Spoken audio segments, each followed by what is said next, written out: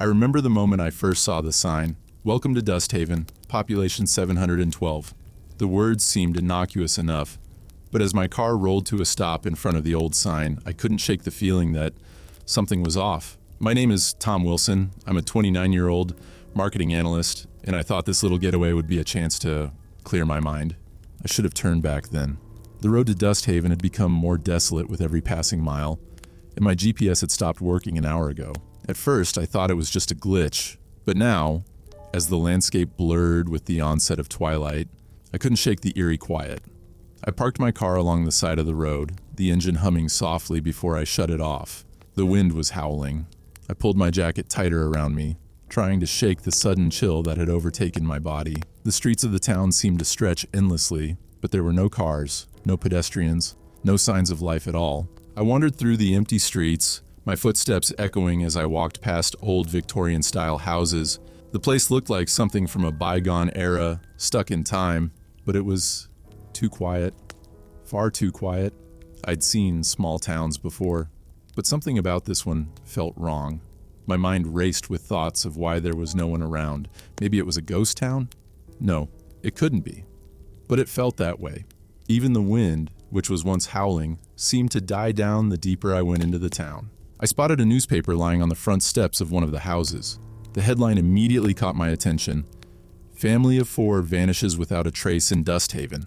The date was October 28th, 2022, just days ago. A family had gone missing from this town, and no one had any answers. It felt like a punch to the gut. I stood there, frozen, staring at the photo of the family. There were 2 parents and 2 children, each one smiling, but their eyes seemed off. I quickly glanced at the rest of the article. The disappearance was still under investigation, but what struck me as odd was the lack of any real leads. No signs of struggle, no witnesses, and no reason for their sudden vanishing. Dusthaven had been left in silence since. As I stood there holding the newspaper, something moved behind me. I spun around, heart pounding in my chest. A woman stood on a porch across the street, watching me.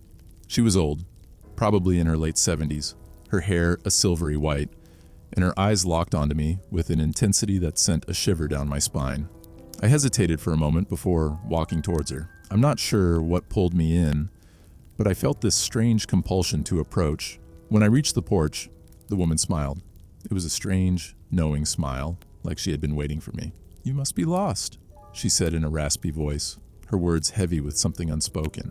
I nodded, unsure of what to say. I tried to keep my voice steady. "I'm just passing through," I said. I was hoping to find a place to rest for the night. She didn't respond right away. Instead, she just looked at me, her expression unreadable. For a moment, I felt like she was studying me, as if she knew something I didn't. "You should stay," she said after a long pause. "You'll be safe here. No one ever leaves Dusthaven." Her words hung in the air, thick with an unsettling finality. I opened my mouth to say something, but before I could, I heard another sound, a creak from behind me. I turned quickly, my breath catching in my throat. The doors of the houses on the street were opening slowly, one by one. It was almost imperceptible at first, but as I looked down the street, it became clear. Every door was creaking open. There were no people, just the doors swinging on their hinges, as if the entire town had been waiting for me. My pulse quickened, and I felt my legs begin to tremble. What was happening? I turned back to the old woman, but she was gone. In her place stood a man, tall, with a face I couldn't quite place. His eyes shadowed and hollow. He didn't speak. He just stood there, his eyes following me. Something told me I needed to leave, fast. But my feet felt glued to the ground. I turned to run, but as I did, the world around me seemed to warp. The streetlights flickered, the sky grew darker, and a cold breeze brushed against my skin. I ran.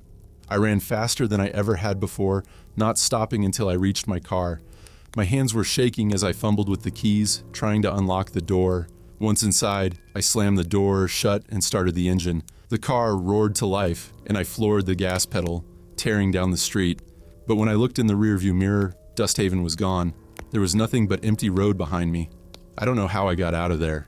I still don't know if what I saw was real, but I never went back. I don't think anyone could. I've tried looking up Dusthaven since, but I can't find anything. No town by that name exists in any map or record, and every time I close my eyes, I can still see the doorways opening, one by one.